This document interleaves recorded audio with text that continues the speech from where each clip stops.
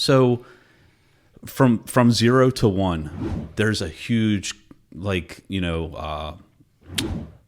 got to make a jump. You can't wait till you learn everything. You have to make a jump. What did that look like for you going from nothing to your first property? So a lot of people suffer from what's called like analysis paralysis, right? Yeah. Like you sit and look at spreadsheets and documents and things all day, and you just never really pull the trigger, right? I was very fortunate. The job, I was working for a hard money lending company, and what they hired me to do was basically build out a DSCR refinance program for them. Mm-hmm. Like, hey, they already did hard money exceptionally well, and they're like, hey, we need to get our borrowers out. Yeah. So I started to do that. So what that did for me was it did a couple of things. One, I was able to see what the exit strategy looked like if I wanted to keep a rental property. I knew the ins and outs of it. And then on the front end, they did hard money, and I understood that because I was selling that for them. But the really valuable piece there in the middle that bridged them was every day my job was to come in, talk to investors, and see if I could help them with hard money or with a DSCR loan. And I take a pretty, even to this day, take a pretty humble approach. Like I've learned a lot. Like some of those people that I first met have become like really, really great friends, and they were mentors in the beginning. Mm-hmm. But talking to them, like hearing, okay, well, they're willing to pay $120 for this house, right? And then, okay, it just appraised for $220, and they're doing a refi, and they're getting all their money back. Mm-hmm. So I was very fortunate that like spreadsheet wizard, created a spreadsheet as the appraisals came in and was just tracking like, okay, this neighborhood's appraising for this, if it's 2 bedrooms, if it's 3 bedrooms. And then in May of 21, when this house on Kavanaugh Road in Dundalk popped up for 120 or 125, I knew, I was like, hey, I've seen investors for the last 4 months buy this same deal. Yeah. I could do it. Uh-huh. And that was how we did it. And it was, a little nerve-wracking, right? Like, I actually got the numbers a little wrong. It appraised for less than I thought because I didn't understand above-grade square footage versus, it has 3 bedrooms, but 2 of them are upstairs and one's in the basement. It's very different than 3 upstairs. Yep. Fortunately, like, it shook out really good, and I got out of it, and then I bought, we just started to scale from there. That's awesome.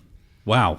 When you talking about numbers, and since you're so analytical, when you're looking at these deals, whether it's a flip or whether it's a buy and hold, what constitutes a good deal? How are you calculating, to see if it's a good investment?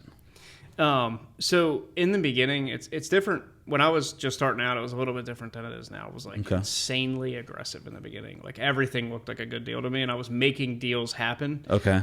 I was making them into good deals. I was okay. What do I need to do to get this to be where I need it to be? Right. Yeah. Now I've really isolated it down into like pockets of neighborhoods. So I really like Dundalk. Obviously, I have a lot in Dundalk. Okay. Essex, but there's a pocket on the east side of Baltimore that has the same layouts.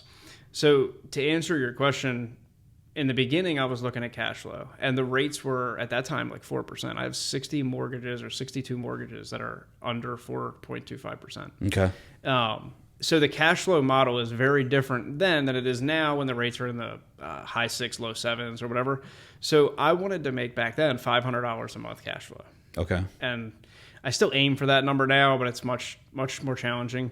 So I look at the purchase price, and the first thing I do is add 10% or 10 grand, depending on what it is. If it's less than 150, I add 10 grand to it. Okay. And I assume that if I'm buying it for 120, I'm going to have 10 grand in closing costs. And that probably includes settlement charge, title company, hard money, because I always buy with hard money, and then miscellaneous things, Then I look at the rehab, and let's say that I think it's a $25,000 rehab. Okay. I immediately add $5 grand to it. Okay. Because I've messed it up. There's always the unknowns that pop up, right? They always go longer, and they always cost more. So I underwrite that 25. So if I'm buying it for 120, I'll add my 10 for settlement. So I'm at 130. I'll add 25 for my rehab. Now I'm at 155 155. And then I look at what it's going to appraise for. This is what I think is really good advice, like for when you're analyzing refinance or BRRRR strategy properties. Mm-hmm. I like to start at the end. So if I know the property is going to appraise for 200 grand, and I know I can get 80%, but I always bank on 75. Okay. So 75% of 200 is going to be 150. Okay. In my head, what I like to do is back off the settlement charges of a refi, which are usually around 10 or 11 grand. I always use 10 grand to keep the numbers simple. So I take that 200, I take 75% of it, gets me to 150. I take off 10 grand, and I know that on a refi, I can get a loan for 150, but 10 of it's going to use in settlement charge. So I want to try to be all in for 140. So in the deal we're talking about, it would indicate if I'm all in for 155 with purchase and rehab, that I'm going to leave a couple bucks in that deal. Yeah. And that's where it becomes a game of like, how much do I like the neighborhood? What's the actual cash flow? How fast will I recover? Yeah. You know, a lot of people don't do that math the same way, where it's like, okay, if I'm leaving 10 grand in a property, but I'm going to make $1,000 a month cash flow now, how fast is the payback? And that's obviously an easy one. But when you're like, hey, I'm leaving 20 grand in and I'm only going to make $400 a month, like, does that become a property that I want to keep? Okay. Did you like this episode of the TMA Connection? Well, you might want to check this one out right here. Go ahead, click it.